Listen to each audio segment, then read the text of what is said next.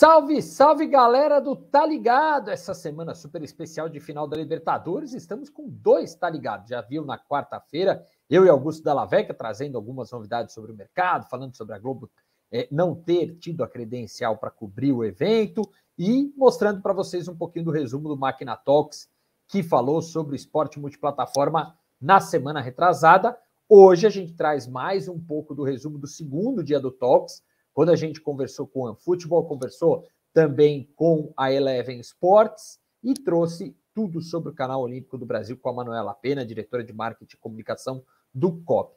Eu sou o Eric Beth, estou começando com você o nosso Tá Ligado, seu programa que traz tudo sobre o mercado de mídia, hoje falando especialmente também aquecendo a grande final da Copa Conmebol Libertadores, que será neste sábado, 17 horas, Palmeiras e Flamengo se enfrentam para ver quem vai ser mais um tricampeão brasileiro da Libertadores, mas vou trazer para o papo ele, nosso companheiro fiel aqui do Tá Ligado, Augusto Della Vecchia. Seja bem-vindo, Augusto.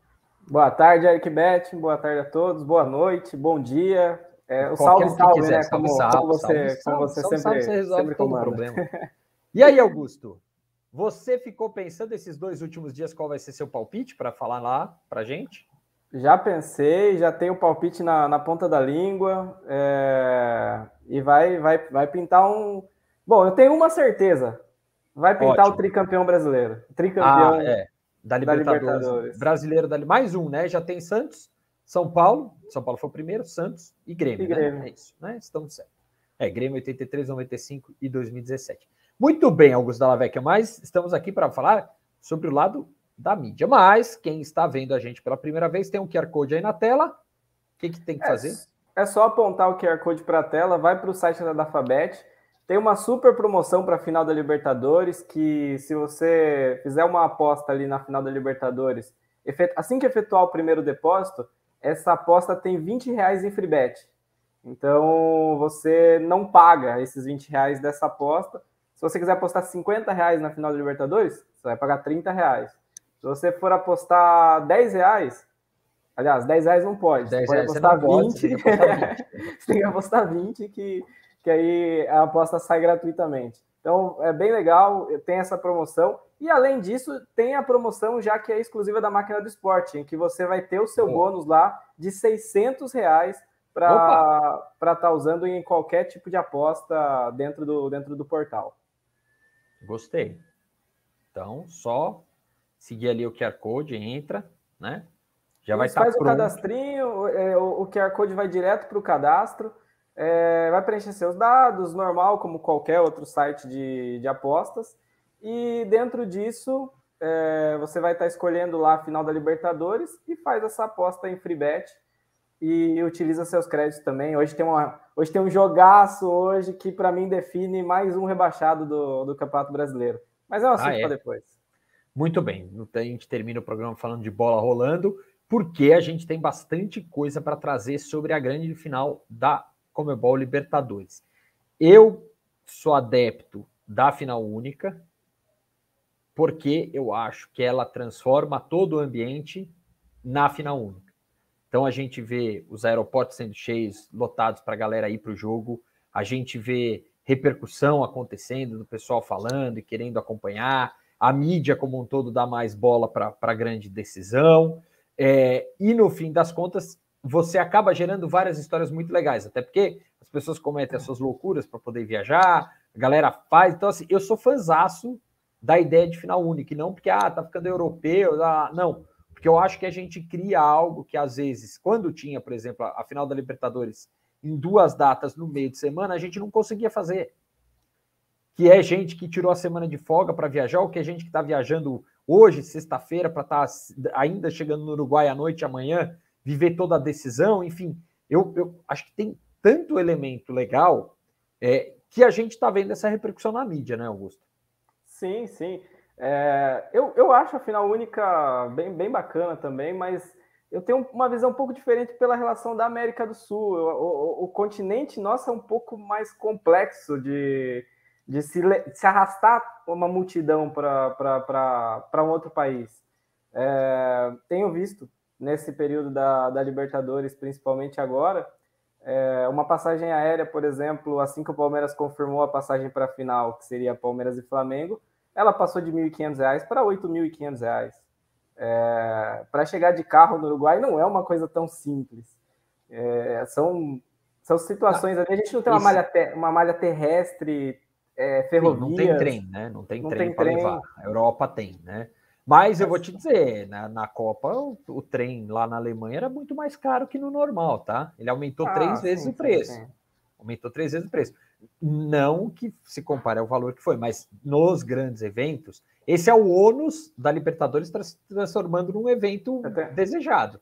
Eu tenho amigos nessa final da Libertadores que não conseguiram de jeito nenhum avião para o Uruguai e fizeram... Um deles fez escala no Chile e o outro está fazendo escala na Argentina. Então, pegando um avião da Argentina para o Uruguai e o outro do Chile para o Uruguai.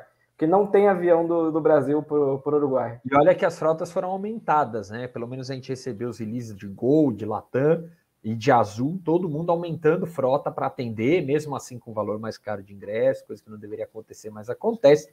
Agora, é o ônus, eu sempre falo, é o ônus, é sinal de que as coisas estão dando relativamente certo dentro do planejamento de uma final única.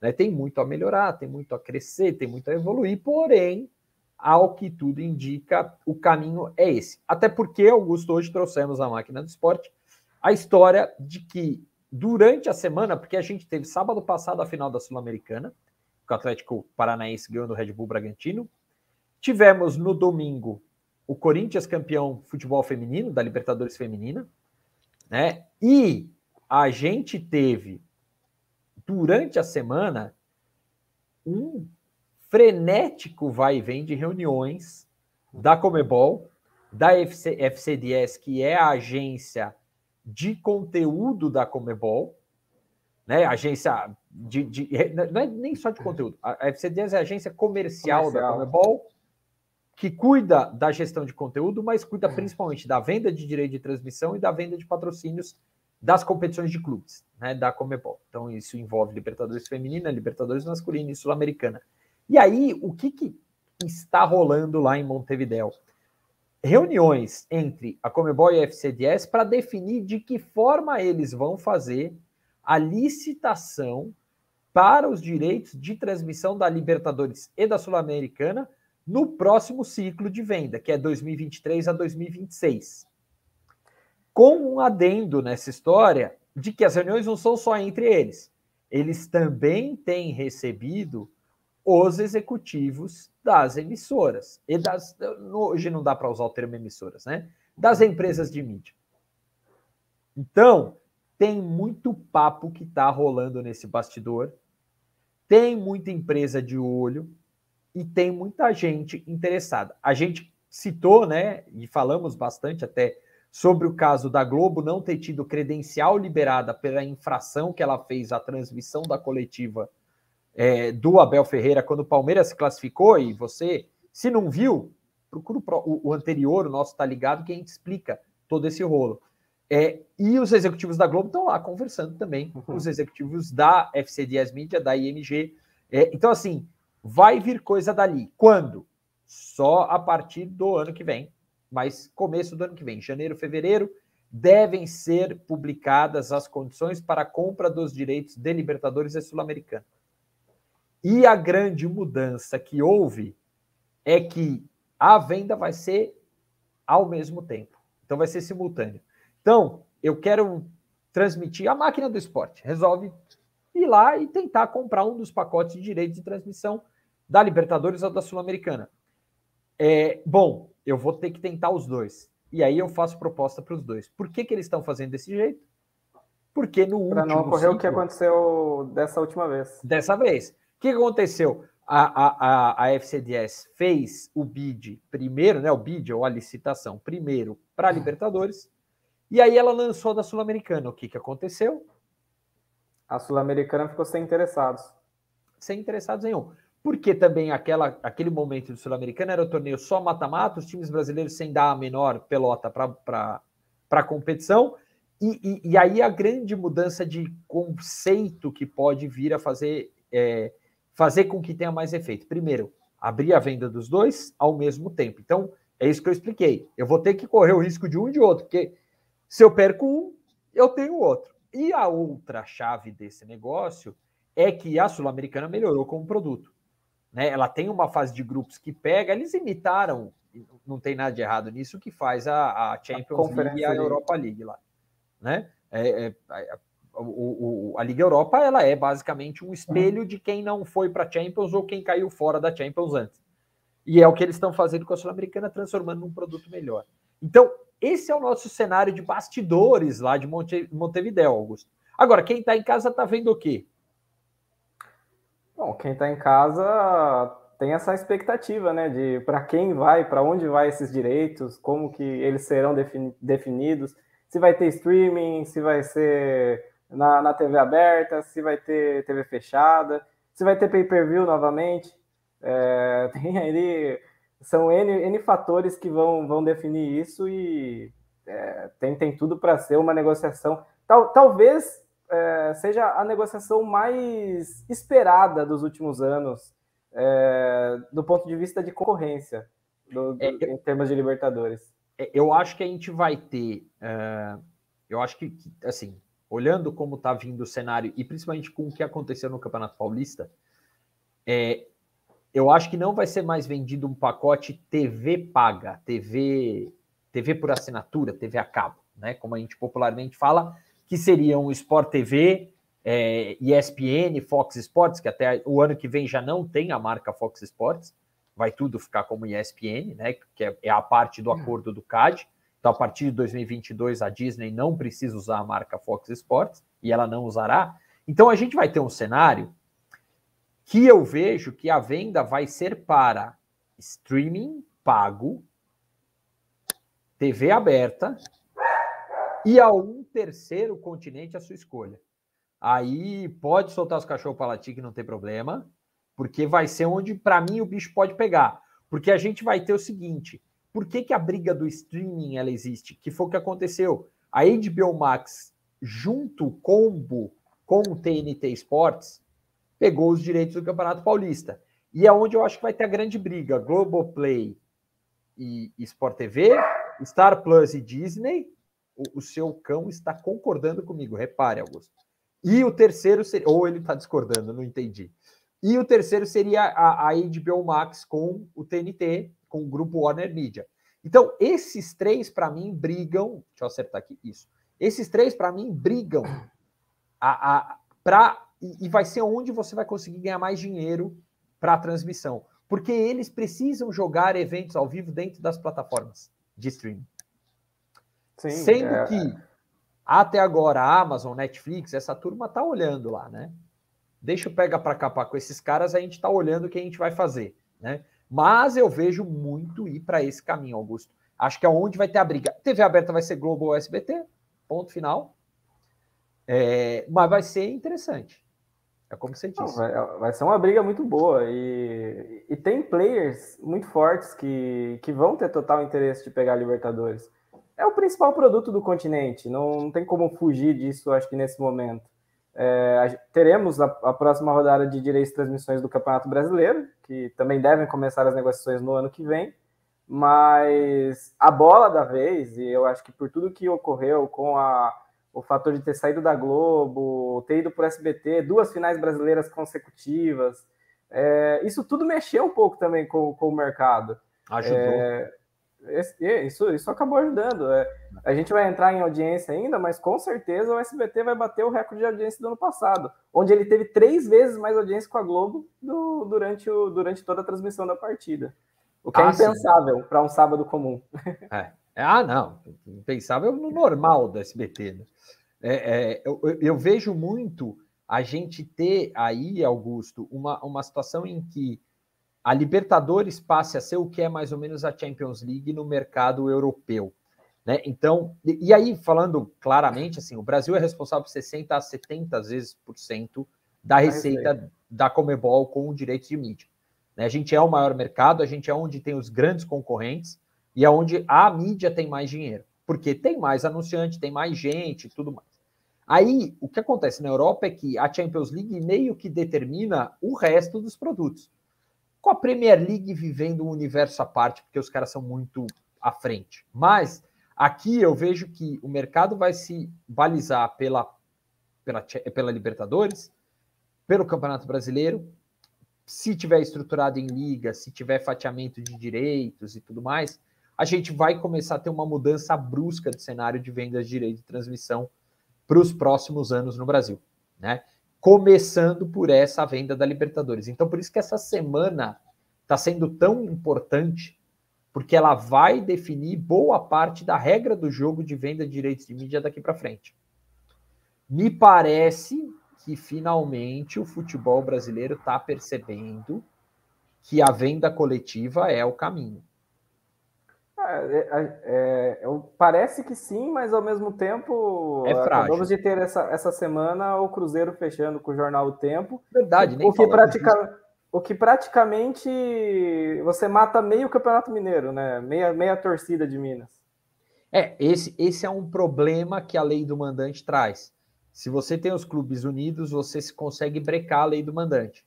Se você não tiver os clubes unidos, aí você vai tendo essas interferências ou intercorrências, se a gente pode dizer assim, né? É o que aconteceu no caso de Minas Gerais. O Cruzeiro fechou o contrato para ele, foi bom, pelo que eu andei apurando, é um terço do que a Globo pagava, né? E aí a gente vê o quanto o impacto da saída da Globo do futebol causa, mas é um terço do que a Globo pagava, e o clube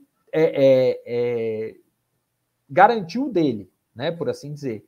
O maior problema que a gente tem é para o consumidor, porque vai ficando multiplataforma o consumo, você se perde, porque é diferente de uma venda multiplataforma centralizada, porque aí você não tem canibalismo de jogo em lugar nenhum, você sabe a ação, que é o que a gente tem hoje. Hoje você tem quais meios para ver a Libertadores? O SBT, o Fox Sports, né? A Fox Sports, e é interessante, TV. E a Comebol TV, né? Aí o Facebook, desculpa, o Facebook também. E o Star Plus, né? Agora, e o Star Plus também agora. Então, mas que são serviços que estão dentro do mesmo grupo, né? Não muda. O duro é se você tivesse, não, o Flamengo chega, não, Comebol, não, eu vou vender sozinho aqui no Brasil, não me interessa você, né? E aí ele vende 6 jogos dele, tá? Aí começa essa bagunça, né? Então isso que ainda é um cenário de interrogação, mas, pelo que eu vejo, a gente está se ajustando, né? Bem no jeitinho brasileiro de ser, vai se acochambrando daqui, acerta dali, briga de cá, mas chega num denominador comum, lembrando que, óbvio, a Libertadores é diferente, porque é um torneio internacional.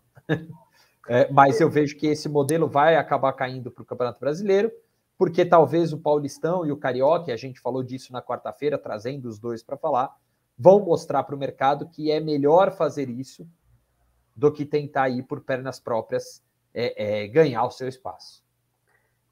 Hoje mesmo tem um jogo para mim no Campeonato Brasileiro que ele pode definir muita coisa nesse sentido também. Porque o Bahia, atualmente ele é meio que uma oposição do que se estabelece, né? O Bahia se coloca como uma posição de vamos unir os clubes, enfim. E alguns clubes não têm essa mesma postura. Talvez uma queda do Bahia para a segunda divisão possa prejudicar isso para o próximo ano. Até uma força do Bahia de ter um posicionamento próprio dele, isso talvez perca essa força também. Vamos ver como é que isso fica. Lembrando que os direitos do Brasileirão até 2024 estão vendidos, né? À exceção do Palmeiras na TV paga e do Atlético Paranaense na TV paga, né? São os dois únicos não decididos. E o Guarani é o único clube da Série B que não tem contrato com ninguém. Se o Guarani subir, está difícil agora, mas o Guarani seria o fiel da balança aí dessa história.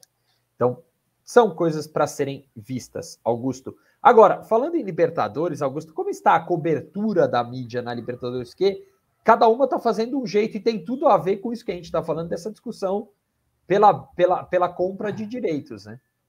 Sim, todos interessados também em mostrar o melhor serviço possível para que isso ajude também numa eventual compra de direitos. O Grupo Disney, por exemplo, ele vai ter mais de 10 horas de transmissão ao vivo relacionado à Libertadores entre hoje e amanhã. Então, ali dezenas de profissionais do Grupo Disney foram para o Uruguai. Então, é uma mega cobertura mesmo que o grupo tem preparado. Já a Globo, ela vai ter 4 horas de cobertura pelo Sport TV, ali um pré-jogo e depois um pós-jogo, linkando ali com Tá na Área. E vai ter via Globo também a cobertura do campeão dentro do Jornal Nacional e também a cobertura do campeão num especial ali de cerca de meia hora dentro do Esporte Espetacular do domingo. No dia seguinte. Então, e o SBT também, por outro lado, terá 4 horas de transmissões ao vivo, um pré-jogo, o jogo e mais meia hora de pós-jogo ali até a entrega da taça. E acabando a transmissão do canal SBT, vai para a internet, os profissionais do SBT vão para o YouTube, e lá no canal do YouTube tem a Fute Live do SBT, que é como se fosse um bate-bola ali com os principais profissionais do canal, onde vai abordar toda a repercussão do campeão, os bastidores, as coletivas, e ali está programado pelo menos mais 2 horas de transmissão. Isso é interessante do SBT, porque mostra esse posicionamento que o SBT está começando a dar de multiplataforma, né? De linkar, jogar para o SBT Esportes no YouTube. O SBT está fazendo esse movimento, está fazendo uma transformação digital ali dentro, e é interessante ver isso que eles estão buscando. É uma forma bem bacana que eu vejo de você ampliar a tua cobertura sem ter o que tem a Globo, por exemplo, que é a TV a cabo, né? Então, você sai dali e vai para o Sport TV. Não, né? O SBT leva o torcedor para o YouTube dele, para ver, né? E aí tem os Mauros, um bem ou mal, um Palmeiras, um Flamengo ali para falar, enfim, tem toda a turma do SBT que vai acabar fazendo. Eu acho que a gente tem um cenário muito interessante de interesse dessas empresas encobrir. Aí volto para a questão da final única, né? Você consegue se programar melhor, você consegue mandar sua equipe, você consegue produzir ao longo do tempo o material. Então, por exemplo, a Globo, ela está sem credencial, tudo bem, mas ela consegue produzir material suficiente para preencher o espaço dela, né? E com certeza ela entrevistou dentro dos CTs de Palmeiras e Flamengo os jogadores antes para poder colocar material e tudo mais. E mostra também o que é interessante, assim, a importância do torneio, né? Porque ela abre espaço na grade dela para falar de um torneio que ela não transmite, que todo mundo sabe que ela não transmite, mas que não dá para fugir da notícia. No fim das contas, é isso. Eu até esqueci de falar sobre isso. Além da cobertura no Jornal Nacional, a Globo terá plantão, tanto da Globo São Paulo ou da Globo Rio, né? Seja quem for o campeão. Quem precisar mais gente. Quem for o campeão vai ter ali o plantão também, com a chegada de madrugada dos clubes. Então, tá sendo programado aí pelos 3, vamos dizer, as 3 principais hoje canais ali na cobertura da Libertadores. Tá sendo uma grande cobertura de todos eles. E o Grupo Disney fazendo o que ele tem que fazer, né? Mostrando que, na TV paga a gente, e no próprio streaming, enfim, né, com o Star Plus, eles têm um poder muito grande, tem 4 canais e vai estar dedicado a isso, já está com a equipe lá desde o começo da semana, está mostrando, enfim, tá mostrando exatamente que vale a pena. Além disso, os executivos do Grupo Disney, né, não só do Brasil, mas também da Argentina, estão lá em Montevidéu também para fazer as negociações que precisam ser feitas. Sobre Libertadores, é isso, Augusto? Tem as audiências, né? Audiências, eu ia esquecer, não pode. Atlético Mineiro e Palmeiras é a atual melhor audiência do SBT com o torneio. Foram 19 pontos com 29% de participação, isso em São Paulo, e foram 16 pontos com 26% de participação a nível Brasil, né, controlados pelo PNT, que são as 15 principais praças do Brasil. A maior audiência do SBT com o Libertadores foi a final do ano passado, onde teve 25 pontos com 40% de participação em São Paulo, foi um número bastante expressivo para o SBT, e 18 pontos com 29% de participação a nível Brasil. Eu acredito que esses números vão aumentar bastante, Tranquilamente. Principalmente a nível Brasil. A nível São Paulo, talvez mais 3, não, 4 vai ser, pontos. Não, em São Paulo e no Brasil não tem como, Augusto. Para mim, ele bate qualquer recorde ali de SBT com transmissões, bate para mim, porque eu acho que tem um outro fator ali. Tudo bem, começo de 2021 ainda tinha muita gente dentro de casa, que hoje tem menos. Mas eu vejo a gente ter um sucesso ali de repetição da fórmula. O torcedor já está mais acostumado que vai estar lá, vai acompanhar de lá. Eu não sei, para mim é recorde absoluto, tanto em São Paulo quanto PNT, até porque tem muito flamenguista em São Paulo.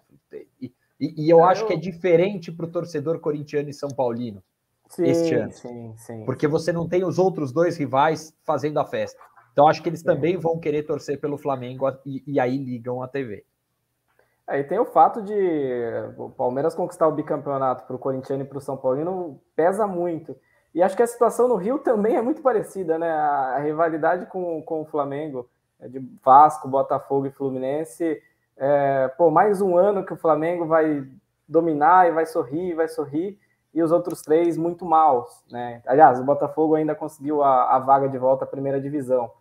Mas eu acredito em recorde e vai passar de 25 pontos para mim de média a nível Brasil.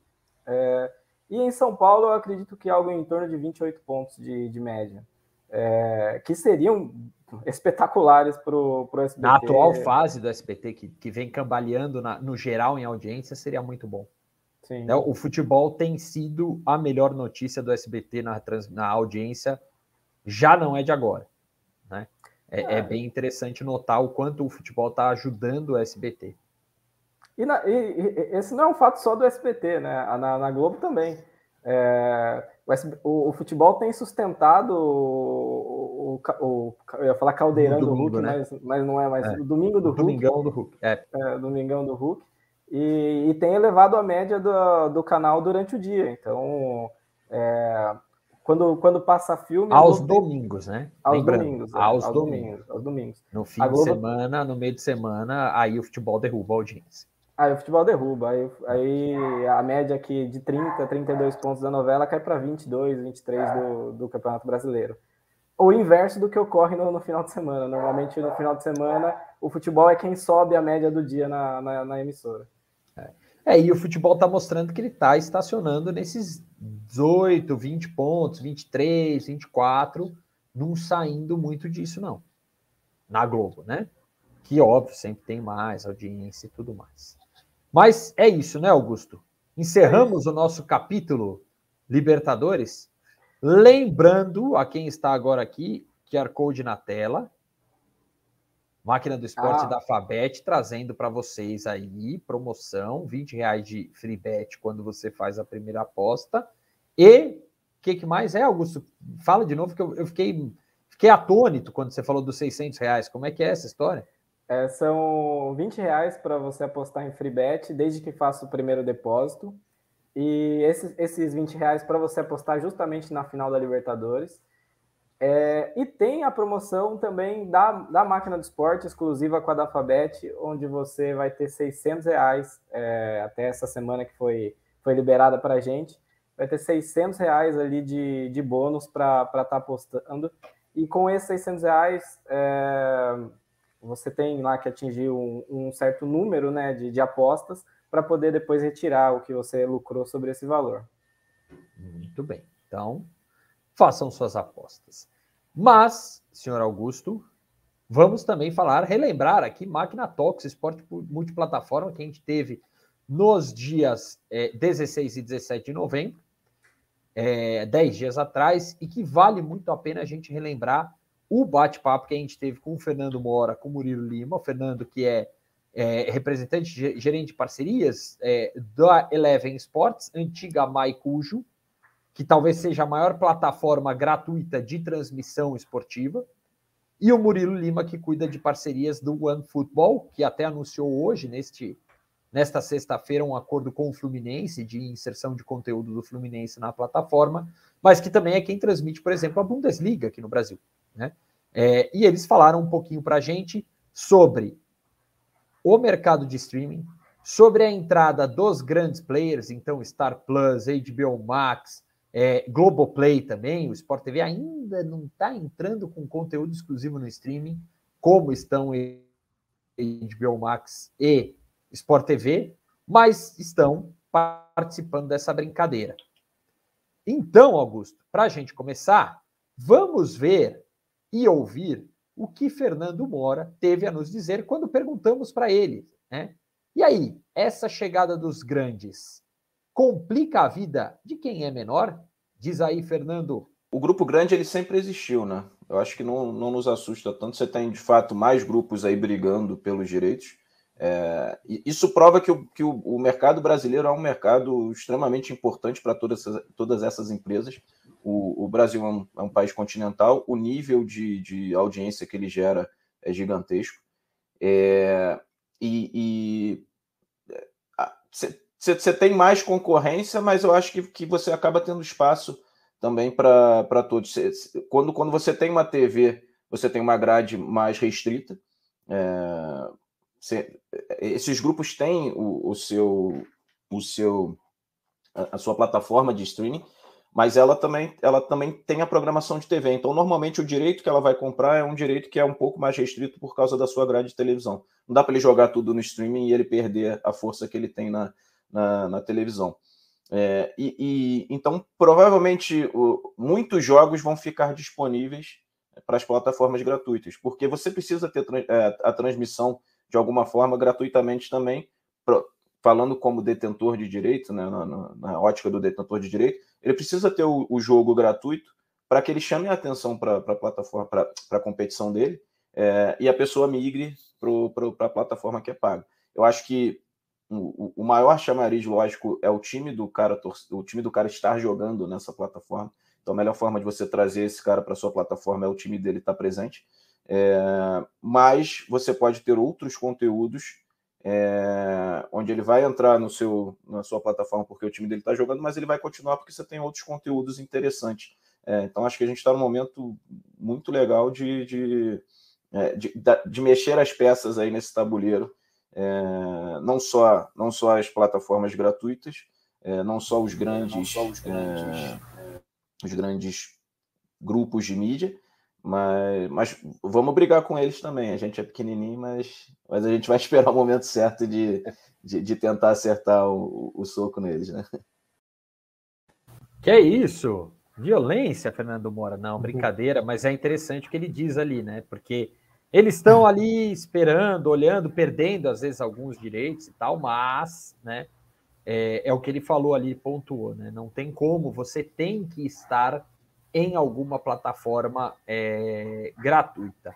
E aí, a pergunta foi também sobre pulverização de venda de direitos, né? E a pergunta que até foi o George quem fez foi se ia ter dinheiro no bolso do consumidor para pagar por tanto conteúdo. Primeiro o Fernando, depois o Murilo. Eu acho que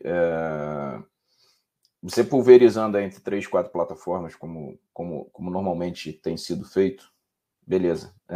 Você tem um controle grande sobre a sua competição, você sabe exatamente onde ela está, você sabe onde assistir. A grande questão a partir de agora é como é que os clubes vão se comportar com o direito na mão, né? Porque, como o Eric disse um pouco mais cedo, por exemplo, o Cruzeiro vendeu os seus direitos dos seus jogos como mandante no Campeonato Mineiro. Aonde vão passar os jogos do Cruzeiro quando ele não é mandante? O torcedor não sabe. E faltam 2 meses para começar o campeonato. Então, talvez, não que seja o caso, pode acontecer em algumas competições de o próprio clube desvalorizar a competição que ele está disputando, porque ele vai garantir lá os seus 19 jogos, falando sobre o brasileiro, ele vai garantir seus 19 jogos jogando em casa, mas os outros 19 ninguém sabe onde vai passar. Então, acho que tem que ter eu acho que os clubes principalmente nesse caso aqui, com a novidade da lei do mandante, eles têm que sentar juntos e falar, vamos pensar qual é a melhor solução para que a gente consiga extrair o máximo de receita sem que a gente desvalorize a competição. Porque, de fato, eu vou usar sempre como exemplo aqui o brasileiro, tá? Não significa que isso vai acontecer daqui a 2 anos. Mas se você tem 20 clubes vendendo para 20 plataformas diferentes, é claro que não vai ter bolso para todo mundo. É claro que o torcedor vai optar por assistir talvez os melhores jogos, talvez os jogos que o time dele joga em casa, mas de fato é até o momento do consumidor entender quais são os melhores lugares para ele assistir, porque indo um pouco para fora do esporte, falando de entretenimento e streaming, cara, eu assino aqui, sei lá, umas 6, 7 aplicativos e plataformas de streaming, e aos poucos eu vou, às vezes na pandemia tem acontecido muito isso, não sei se já aconteceu com vocês, mas já clonaram meu cartão umas 3 vezes aqui na pandemia. Então, quando clonam o meu cartão e caem as plataformas, tem sempre uma que eu não volto. Deixa essa para lá. Eu vou ficar com... Então, você vai escolhendo as plataformas que te oferecem o melhor conteúdo, um conteúdo mais perene, porque o teu time, de fato, ele vai jogar pouco na plataforma.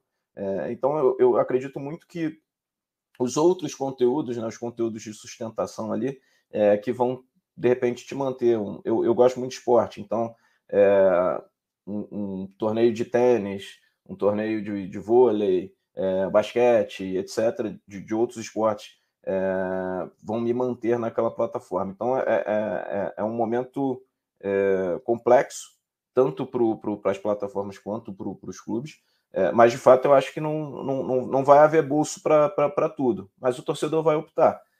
Ele vai acabar comprando ali o que for mais forte, o que for mais de interesse dele. Tem torcedor que se interessa mais pelo estadual porque é o único momento que o time dele pode ganhar um título. Ele sabe que, de repente, na competição nacional ele vai disputar, mas não vai ganhar. Tem outro torcedor que sabe que na competição nacional o time dele vai disputar o título, então talvez ele priorize a competição nacional em vez de priorizar o campeonato estadual. É difícil, né? Eu falei lá no início que era difícil de responder a pergunta, não sei se respondi, mas espero pelo menos ter dado alguns elementos aí para a gente pensar sobre esse futuro. Deu bastante elemento, né, Augusto? Sim. Bastante que a gente discutir aí, né? É uma situação que vai se complicando, né? É bom que seja pulverizado, mas pulverizado demais... Pulverizado sem controle. Que é um pouco que nos responde também o Murilo Lima, da OneFootball. Vamos ouvi-lo.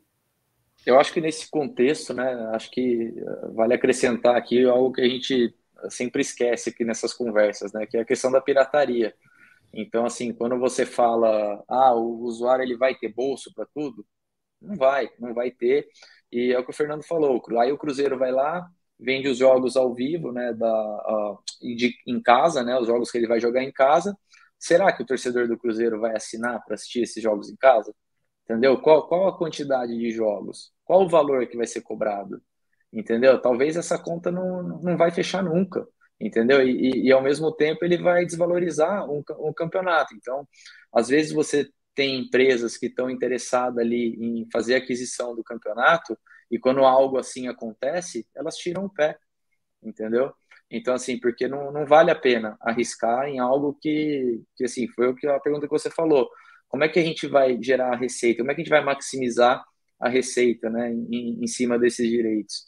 Dessa maneira, assim, cada um querendo cuidar do seu, cada um olhar para o seu, não é benéfico para ninguém, assim, nem para o próprio clube que tá, né, que decide tomar esse caminho, nem para a federação, nem para quem compra. Então, assim, acho que realmente a união é essencial nesse sentido. Acho que se os clubes pensam em ganhar mais dinheiro e ter mais receita em relação aos direitos, primeiro passo, tem que sentar todo mundo junto e ter essa conversa, né, sobre o que vamos fazer.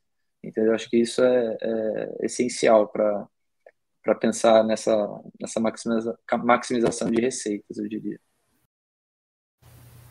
Esse é um ponto interessante que o Murilo toca, a questão da pirataria, porque ela pega alto, e também a questão de como maximizar a receita, não tem como, né? A gente tem que tentar achar esse caminho. Então, para quem quiser, né, Augusto? A íntegra desse bate-papo está disponível, procura aí, tem lá, entre os eventos transmitidos, tem ali o Máquina Talks, falando de esporte multiplataforma, mas além de falarmos de streaming, a gente conversou com a Manuela Pena, diretora de marketing e comunicação, ou comunicação e marketing, não necessariamente nessa ordem, do COB, do Comitê Olímpico do Brasil, que nos contou sobre o Canal Olímpico do Brasil, né? Falamos de monetização, falamos de a importância do canal para a estrutura do esporte olímpico, que foi, né, Augusto, a primeira resposta que a Manuela deu para a gente. Foi a abertura. Foi a abertura. E aí, Manuela, né, para qual a importância que o Canal Olímpico do Brasil tem? Responda, por favor, Manuela. O Canal Olímpico, vocês foram testemunhas oculares do nascimento, né, desse nosso filho, tão desejado, tão esperado. Acho que já era uma coisa que eu tinha na cabeça, que o COB tinha na cabeça desde o começo. Talvez estava amadurecendo, né, esperando a hora. E aí, não por acaso, né, no auge da pandemia ano passado, a gente entendeu que estava tudo muito digital, que tinha uma necessidade de consumo de vídeos cada vez maior, e que a gente tinha tudo que era preciso, né? A gente tinha, eu acho que o dever como Comitê Olímpico do Brasil de trazer as modalidades todas para a superfície, para dar visibilidade para elas. A gente tinha tecnologia já sendo consolidada, né? Eu acho que é o que eu digo, que a pandemia ela consolidou algumas tendências e consolidou a tecnologia. E aí fomos ao mercado buscar um parceiro, né? Que foi a TV N Esportes, a N Esportes hoje, que assim, acho que é o parceiro, digo, casamento perfeito, parceiro ideal para realizar esse nosso sonho, né, conjunto. Era o desejo deles fazerem isso pelo esporte olímpico e o desejo do COB também proporcionar isso. E aí, em novembro do ano passado, eu costumo dizer que a gente inaugurou o canal da melhor forma possível, né, com uma medalha olímpica, que foi a medalha do Cláudio Roberto, lá de Sydney, que ele foi medalhista de prata em Sydney, e por situações diversas não saiu, ele foi o 5º elemento do revezamento 4%, ele correu as eliminatórias, semifinal, e não correu a final. E por conta disso ele não subiu ao pódio, saiu de Sydney sem a medalha. E aí a gente entregou para ele, fez um revezamento simbólico com 5 atletas, acho que quem acompanha o esporte sabe de cor esse revezamento, né? André Domingos, Claudinei Quirino, Edson Luciano e Vicente Lenilson.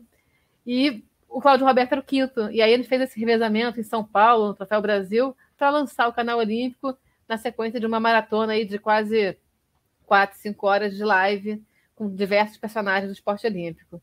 E desde esse momento a gente percebeu o papel que o canal ia ter, respondendo a sua pergunta, né? Um papel fundamental para a nossa narrativa, para a promoção e fortalecimento do esporte olímpico do Brasil. E quando eu falo do esporte olímpico, não é só do COB, é do Movimento Olímpico do Brasil, das 35 entidades filiadas, né, do Programa Olímpico, para dar visibilidade a quem não tem visibilidade. E aí as grandes redes falam isso, as grandes emissoras, a gente conversa muito, a gente troca, a gente é parceiro, né, das grandes emissoras, que o esporte de nicho, o canal dele é no streaming, né, e a gente encontrou esse lugar.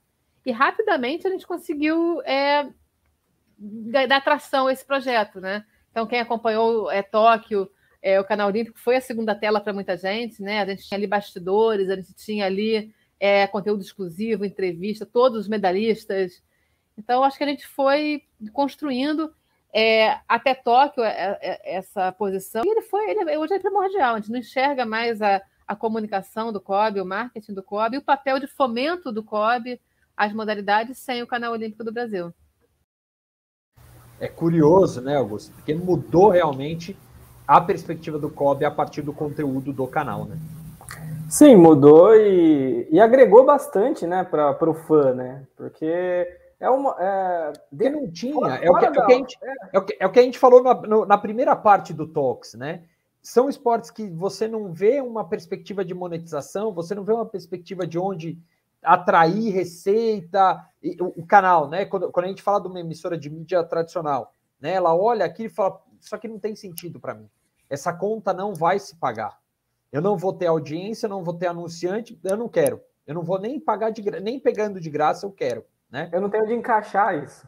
E aí você tem limite de grade, tem um monte de coisa. E até ela fala, né, que a N Sports vira o parceiro ideal para isso, porque o canal é para isso, né? A gente teve. Também procura aí, tá ligado? Que a gente teve com o Guilherme Figueiredo falando disso, né? Aí, Augusto. Fala, você queria falar. Eu te interrompo. Não. Eu vejo como importante o canal olímpico, porque ele traz esse sentido da Olimpíada dos 4 anos mesmo, do período até as Olimpíadas. Muita gente chegou nas Olimpíadas sem saber quem era Rebeca Andrade, sem saber quem era Raíssa, enfim. Mas se você acompanhar hoje o canal olímpico, você tem essa opção de acompanhar, você vai perceber que o surf vai ter destaque, alguns esportes olímpicos onde o Brasil aparentemente nem tem tradição no sentido de visualizações, de assistir mesmo esse esporte, mas que não fazem feio e podem desenvolver a trazer novos esportistas, uma nova fomentação para o esporte. Sem dúvida, a Manuela fala bastante disso. E o outro ponto que ela traz para a gente é o quanto o canal se paga, ou como você conseguir atrair receita para bancar esse canal, porque no fundo ele acaba tendo uma função, às vezes até cívica, vamos dizer assim, que é uma das obrigações que o COB tem, né, de desenvolver o esporte. E seria isso. E é a resposta que a Manuela traz para a gente quando a gente perguntou para ela, e aí, como é que você paga essas contas? Só para deixar claro até o formato dessa operação, né? A gente licenciou a nossa marca para a N Esportes, né? A gente tem toda a prerrogativa de ser o curador desse conteúdo, o grande, né, agregador desse conteúdo, mas quem comercializa o canal, claro, a gente apresenta nossos patrocinadores e tudo, né, define a estratégia, mas quem monetiza o canal é a N Esportes, até pela natureza do COB. O COB é uma entidade sem fins lucrativos com o objetivo de fomentar o esporte brasileiro. E a N Sport, o que a gente faz? A gente, na verdade, teve uma boa surpresa, eu diria até, né? A gente tinha um acordo entre nós que o primeiro ano era de investimento, né? Não tinha os acionistas da N Sports entenderam que para eles era estratégico também investir e apoiar, né, o canal olímpico do Brasil. Então, o primeiro ano foi um ano deles investirem, da gente investir nesse projeto, né? Cada um do seu jeito. E em Tóquio, ele já mostrou a aderência que o canal tem, né? E o papel que ele pode ter para as marcas, né? De entregar um conteúdo legítimo, um branded content assim, autêntico, com propriedades que realmente só a gente pode ter, um acesso que só a gente tem. Então, em Tóquio, a operação mais do que se pagou. Na verdade, a operação de Tóquio, que a gente comercializou, ela acabou pagando o ano inteiro, praticamente, do canal, né? Permitiu a gente ter fôlego para investir ainda mais. A gente essa reta final, a gente está fazendo acho que quase 20 eventos até o final do ano. A gente já fez quase 200 transmissões esse ano. A gente tem 54 semanas no ano. A gente fez mais de 200 transmissões ao vivo. Então, isso é muita coisa. E aí, o recurso que é captado, ele é reinvestido no canal. Que eu acho a grande chave desse negócio, né? O canal, teoricamente, não precisa trazer lucro. Sim, né? Ele precisa se pagar. Ele precisa se pagar, né? Aí faz diferença também, né? Então, é isso. Acompanhe lá, reveja a entrevista com a Manuela Pena, ela falou muita coisa legal, fala sobre criação de cultura esportiva, fala sobre muita coisa. A Manuela, que também é nossa colunista na Máquina do Esporte, né, no site, ela também trata vários assuntos relacionados à mídia, a marketing, a comunicação, dentro do movimento olímpico. Afinal, somos a Máquina do Esporte. Augusto Dalla Vecchia Mandiná Betting. Chegou a sua hora. Palmeiras 2, Flamengo 1. Não enrolou nada. Palmeiras 2, Flamengo 1? Palmeiras 2, Flamengo 1. Que beleza. Posso fazer meu empate triplo? Meu palpite triplo da Fabete ou não? Pode? Tá triplo bom. Não, triplo não. Triplo não. Então não dá. Então eu tô fora. Eu não aposto nada. Eu hoje estava numa reunião e comentei com o pessoal da reunião e falei, olha, o que eu gostaria de esperar desse jogo é que fosse tão legal quanto foi a final lá, a Supercopa do Brasil. Foi um jogão, os dois lados criando e tal, aí foi para os pênaltis, ainda nos pênaltis teve todo o roteiro, né? O Palmeiras vai ser campeão, perdeu, não sei o que e tal. Mas eu acho que o jogo não vai ser tão bonito assim, porque é um torneio de muito mais relevância, muito mais importância, muito mais dinheiro em jogo, muito mais importante para todos que estão jogando. Então, para mim, é jogo feio, 1-0 para qualquer um dos dois. É um bom palpite também. 1-0 para qualquer um dos dois. 1-0 é um palpite que paga muito bem na Dafabet, tanto para um quanto para outro. Muito bem. Então, este é o meu palpite, tá, Augusto? Perfeito. Certo? Muretou bonito, então. Muretou bonito. Cara, não. Eu falei que um dos dois vai ganhar. Eu poderia falar que foi para os pênaltis. Não. Um dos dois ganha. Né? Afinal, a única certeza que a gente tem desse jogo é que um dos dois vai ter que ganhar, Augusto. Exatamente. Muito bem, senhor Augusto Dallavecchia. Semana que vem voltamos com mais um Tá Ligado. Vamos tentar trazer protagonistas dessa decisão para falar para a gente do lado da mídia, do lado dos negócios, sempre. Como foi esta grande decisão de Libertadores. Certo, doutor? Certo. Ficamos por aqui? Sim, senhor. Aquele abraço, boa sorte. Tchau. Abraço a todos. Tchau, tchau.